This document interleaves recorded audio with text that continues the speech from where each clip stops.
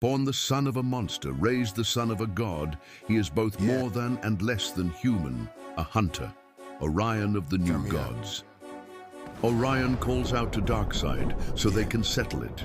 Too long has he waited, too long has his destiny been denied. Unaware of the burdens shouldered by their elders, these new godlings play joyfully in the summer light, while others less at peace with themselves take pleasure in the joys of the young. Highfather tells Isak parents that he is a special boy, and that he prays his hopes for Isak becomes a reality. A crucial experiment draws near to a close with Forager. The cerebrometer explodes. Forager is unscathed. He tells Dr. Bradford that his brain should be probed, since he holds 1/6 of the anti-life equation. The sergeant calls for Dr. Bradford. Forager accompanying the doctor, they find a robot known as an animate from Apocalypse. It begins to glow. It begins to change. The mind force enters and fills. It breathes and it kills. Dr. Bedlam has returned, and he seeks Dr. Bradford. As Forager leaps into battle, he is unaware that in nearby Metropolis, one of his fellow new gods faces a no less demanding confrontation. Her name is Jezebel of the Fiery Eyes, and for the first time in her eternal life, she is faced with high fashion. Jezebel asks for a stronger material, steel mesh dresses. Dave Lincoln contemplates on his life before Orion dragged him into this war of gods. Suddenly, a boom tube appears, 2,000 miles away. General Torch suspects Orion disguised as Orion. At the instant, another boom tube opens. Dr. Bedlam appears and attacks General Torch.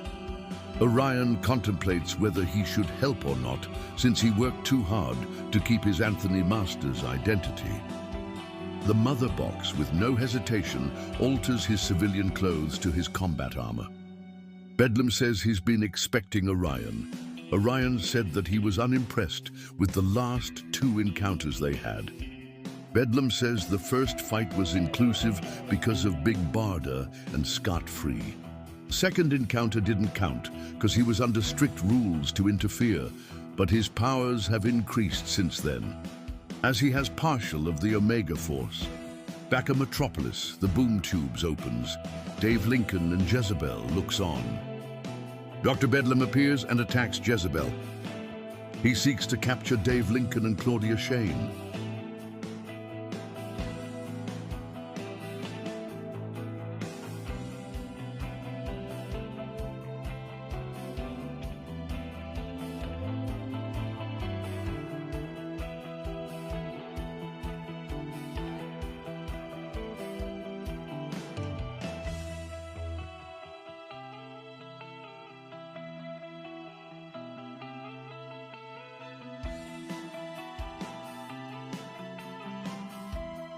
Back in the base in New Mexico, Dr. Bedlam attacks Orion again.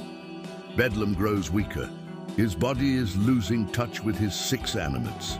The strain on his mind force is becoming too great, allowing him to occupy the full energy of 6 animates simultaneously if he weakens.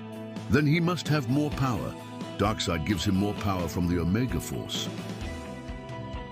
Darkseid sends his slave to execute his part of the strategy.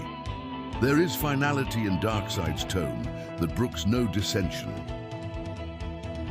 And for Orion, battling for survival, there is a finality to Dr. Bedlam's power, for it brooks no defense. Bedlam is too strong. Orion resisted using the Astroforce, but is given no choice. The Astroforce has little effect on Dr. Bedlam. Orion, in shock, tells the Mother Box to reach the others, unable to reach the others for fighting the animates. His last resort, Highfather. But unlike the lawgiver's rod, this staff becomes now a twisting snake.